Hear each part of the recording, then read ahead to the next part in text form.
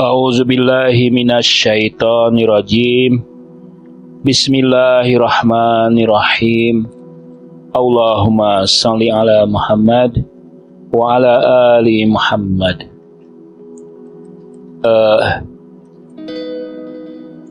Anak muda muslim atau remaja muslim, baik itu mahasiswa atau mahasantri, wajib menguasai bahasa Arab. Wajib mempelajari bahasa Arab secepat mungkin dan segera menguasainya pada level yang advance. Karena bahasa Arab itu adalah bahasa agama kita, bahasa doa-doa kita, bahasa Al-Quran, bahasa hadis, dan bahasa ilmu-ilmu yang lebih tinggi seperti ilmu irfan, filsafat, tasawuf, kalam, itu ditulis dalam bahasa Arab. Dan yang kedua, kitab-kitab berbahasa Arab itu sangat banyak sekali. Kitab-kitab bahasa Arab bukan hanya sekedar daras, sekedar pelajaran, tapi adalah kitab yang mentransformasi. Jadi fungsinya sudah di atas sebuah kitab, di atas literasi kitab, tapi kitab yang secara psikologis bisa mengubah paradigma seseorang, mengubah pandangan hidup seseorang, dan juga mengubah dirinya. Apalagi kekayaan bahasa Arab itu, sastranya, prosanya juga adalah sangat indah, estetik, mengandung muatan-muatan yang dalam, ya, yang sesuai dengan semangat zamannya. Jadi dahulukan dulu menguasai bahasa Arab sampai tingkat advance, dan itu butuh waktu yang cukup lama, bisa 5 tahun, bisa 3 tahun, bisa 7 tahun.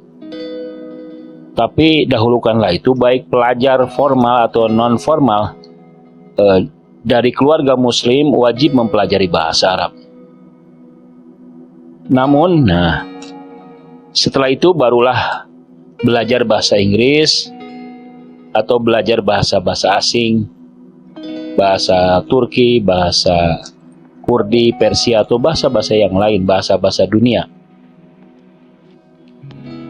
Kalau kita melihat bahwa di mata sebagian anak-anak generasi Z, Gen Z atau generasi milenial, mereka tampaknya lebih mendahulukan belajar bahasa Inggris. Bahasa Inggris kan profitable, ya. Bahasa Inggris itu dianggap itu bisa mendatangkan uang. Kursus-kursus bahasa Inggris itu laku. Kemudian juga kelas-kelas bahasa Inggris banyak bertebaran di mana-mana. Jadi bahasa Inggris adalah bahasa dunia yang memang sangat memungkinkan seseorang mendapatkan uang. Itu anggapan saja menurut saya. Karena bahasa Arab juga bisa mendatangkan uang. Bahasa Arab juga bisa menghasilkan keuntungan. Yang kedua, cool, ya. Bahasa Inggris itu dianggap lebih cool, lebih keren. Kalau kita bisa ngomong bahasa Arab itu dianggap kita ini adalah orang-orang yang keren, orang-orang yang hebat, orang-orang modern. Itu sekali lagi menurut saya hanya asumsi saja, hanya pandangan sementara saja. Karena bahasa Arab juga bahasa yang keren, bahasa internasional, bahasa masyarakat dunia.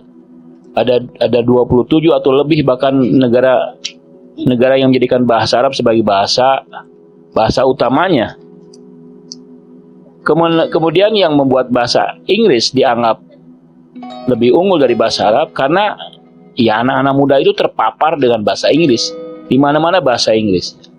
Film berbahasa Inggris, musik-musik keren berbahasa Inggris. Di media sosial kata-kata yang bagus itu dalam bahasa Inggris. Kemudian juga masyarakat dunia, ya, semua sudah di bahasa Inggris kan sekarang nih. Misalnya kalau Anda belajar IT untuk mempelajari secara otodidak, itu butuh penguasaan bahasa Inggris karena semua materi komunikasi ditulis atau disampaikan dalam bahasa Inggris. Nah, menurut saya bahasa Arab tidak apa-apa, tapi bahasa Inggris Anda pelajari, tapi dengan syarat kita semua harus menguasai bahasa Arab dulu secara maksimal. Sampai puncaknya, sampai advanya, baru Anda belajar bahasa Inggris atau bahasa yang lain. Karena bahasa Arab itu adalah bahasa ilmu, bahasa moral, bahasa akhlak, bahasa peradaban kita, bahasa para ilmuwan, bahasa Islam, bahasa agama yang tidak hanya memberi keuntungan akhirat, juga dunia. Kalau Anda menguasai bahasa Arab, Anda akan bisa membaca kitab-kitab bahasa Arab dengan sempurna. Pemahaman Anda atas teks-teks bahasa Arab itu membuat ilmu Anda semakin sempurna, wawasan Anda semakin luas. Wawasan keilmuan Anda semakin kaya, dan kekayaan ilmu itu membuat Anda juga bisa mencerahkan banyak orang. Karena dalam Al-Quran misalnya, orang-orang yang berilmu itu akan dicintai. Innal a'udzubillahi minasyaitonirrajim. Innal ladina amanu wa amilus solihati sayaj'alur rahmanu wudda. Sesungguhnya orang-orang yang beriman dan beramal soleh, maka Allah akan membuat orang-orang lain mencintai. Artinya dengan ilmu Anda sudah mendapatkan simpati dan pengaruh dan murid-murid yang akan mengikuti Anda. Masyarakat akan mengikuti Anda, akan mencintai Anda, dan itu adalah aset yang luar biasa. Kalau orang sudah mengikuti Anda, sudah mencintai Anda, mereka akan memberikan apapun, akan menyerahkan apapun, dan itu adalah aset, itu adalah kekayaan dunia dan akhirat. Jadi siapa bilang bahasa Arab tidak keren? Bahasa Arab itu keren, bahasa Arab itu sempurna, bahasa Arab itu luas. Bahasa Arab itu paradigmatik. Bahasa Arab itu akan mengubah Anda, mengubah keluarga Anda, mengubah masyarakat Anda. Ketika Anda membaca Al-Quran, akan Anda lebih memahami. Tadabbur Anda lebih dalam, Anda lebih khusyuk. Jadi rukun batin Anda, rukun batin sholat, itu lebih banyak dibantu oleh penguasaan Anda atas bahasa Arab. Apalagi doa munajat, wirid, tawasul, zikir, azkar, istighosa, dan sebagainya. Itu bukan hanya bermuatan doa, berbuatan munajat, dialog dari hati ke hati dengan Allah Subhanahu wa Ta'ala, dengan Rasul dan manusia-manusia suci, tapi juga adalah ta'lim. Konten dari doa itu adalah edukasi, adalah konten pendidikan, konten pedagogik yang luar biasa. Bagaimana kita bisa memahaminya kalau kita tidak menguasai bahasa Arab? Kita tidak bisa sekedar mengandalkan terjemahan, karena terjemahan lebih banyak mereduksi. Kalau kita bisa membaca langsung, memahami langsung, karena kita menguasai bahasa Arab, maka kita akan mendapatkan ilmu, mendapatkan wawasan, mendapatkan perspektif yang lebih luas. Karena itu beruntunglah, berusahalah untuk menguasai bahasa Arab Anda. Karena bahasa Arab Anda adalah bahasa agama Anda, bahasa hati Anda, bahasa kalbu kaum muslimin, bahasa jiwa kaum muslimin, bahasa ruhnya kaum muslimin. Janganlah perhatian Anda atas bahasa Inggris membuat Anda meninggalkan bahasa Arab. Saya memperhatikan misalnya beberapa anak muda, kalau mendengarkan konten-konten video, mereka akan mendengarkan lebih banyak, menyimak konten video motivasi tentang bisnis, motivasi tentang menjadi pengusaha sukses, bagaimana menjadi kaya sebelum usia 30 tahun, bagaimana menjadi miliarder, bagaimana menjadi orang hebat, bagaimana menjadi orang yang sukses.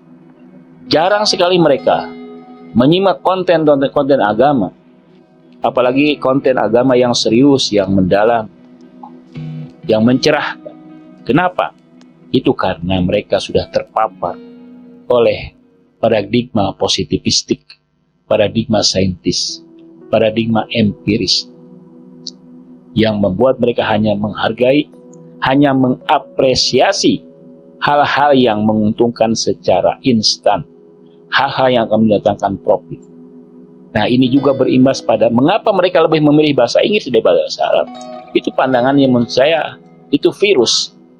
Itu pandangan yang ilusional saja, yang disebarkan, yang disosialisasikan oleh para kapitalis, yang tidak hanya ingin mencuri uang Anda, tidak hanya ingin mencuri aset Anda, tidak hanya ingin memanfaatkan kekayaan Anda, tapi juga ingin memanfaatkan waktu luang Anda, pikiran Anda, pikiran kita, gagasan kita yang normal, yang wajar, gagasan kita yang baik, yang benar dicuri, dimasukkan virus, sehingga kita menjadi budak-budak orang-orang kaum hedonis, kaum kapitalis, kaum liberalis, kaum materialistik, yang ingin mengubah bukan hanya pandangan kita, tapi kesukaan kita atas bahasa-bahasa tertentu, yang bahasa itu berkhidmat melayani kepentingan kaum materialisme, kaum liberalisme, kaum kapitalistik,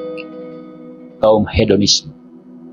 Semoga kita tidak tercemar, kita tetap belajar bahasa Arab dengan baik sampai sempurna, kita juga belajar bahasa Inggris sampai sempurna, dan bahkan belajar bahasa lain.